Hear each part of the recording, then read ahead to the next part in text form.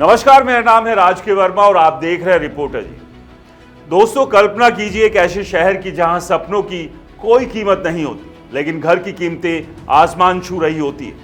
वो शहर है हमारा मुंबई, सपनों की नगरी, जहां हर कोई आकर बसना चाहता है, लेकिन जेब देखकर सोचना पड़ता है।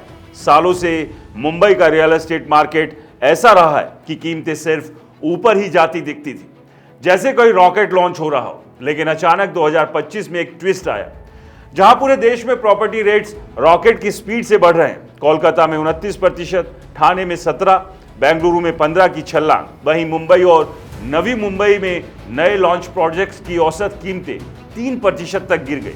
जी हां, आपने सही सुना, गिरावट। फिलिप कैपिटल की ताजा रिपोर्ट कहती है कि मुंबई में नए घरों की औसत कीमत फाइनेंशियल ईयर 2025 में 34,026 प्रति स्क्वायर फीट हो गई, जो पिछले साल 35,215 से कम है। नवी मुंबई में भी यही कहानी है, 12,855 से घटकर, जबकि पूरे भारत में औसत कीमत बढ़ोतरी 9% रही। अब सोचिए ये क्या जादू है। एक तरफ देश के बड़े शहर प्रॉपर्टी के दाम आसमान छू रहे हैं, लोग कह रहे हैं अफोर्डेबिलिटी की मार पड़ रही है, लेकिन मुंबई जैसे सबसे महंगे मार्केट में कीमतें स्थिर हो रही है, बल्कि थोड़ी नर्म भी हो गई है। रिपोर्ट बताती है कि अफोर्डेबिलिटी पर दबाव और मार्केट के मैच्योर होने का नतीजा है। 2024 में तो रिकॉर्ड बिक्री हुई थी, मजबूत डिमांड थी, लेकिन अब महंगे मार्केट जैसे मुंबई में कीमतें कूल डाउन कर रही है। घर खरीदारों के लिए राहत की सांस जैसा है। सालों से मुंबई में कीमतें सिर्फ बढ़ती आई है, अब ये 3% की गिरावट जैसे कोई ब्रेक लग गया हो तेज रफ्तार ट्रेन को। तो दोस्तों, सवाल ये उठता है, क्या मुंबई में घर खरीदने का सही टाइम आ गया है? अगर आपका सपना मुंबई में अपने आशियाने का है, तो शायद ये लिमिटेड टाइम ऑफर जैसा मौका हो सकता है। रिपोर्ट कहती है कि 2024 के बूम के बाद कीमतें स्थिर रहेंगी, लेकिन लॉन्ग टर्म में डिमांड बनी रहेंगी। इंफ्रा प्रोजेक्ट्स बढ़ेंगे, लागतें ऊपर जाएंगी, तो कीमतें फिर चढ़ सकती है। दोस्तों, ये गिरावट या स्थिरता एक विंडो हो सकती है एंट्री करने की, लेकिन रुकिए, पूरी कहानी तो अभी बाकी है।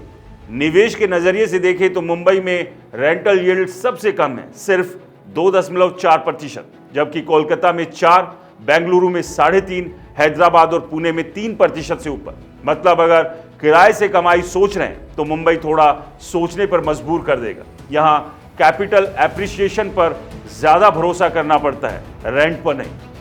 दोस्तों, मुंबई का मार्केट हमेशा सरप्राइज देता है। जहां दूसरे शहरों में कीमतें उछल रही है, वहीं यहां थोड़ी सांस लेने की जगह मिल रही है।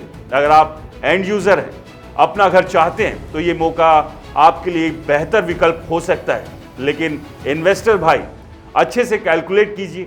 लो रेंटल यील्ड को बैलेंस करने के लिए लॉन्ग टर्म ग्रोथ पर दांव लगाना पड़ेगा।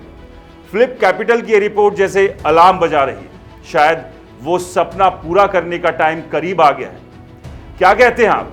तैयार हो मुंबई में एंट्री करने के लिए? कमेंट्स में बताइए।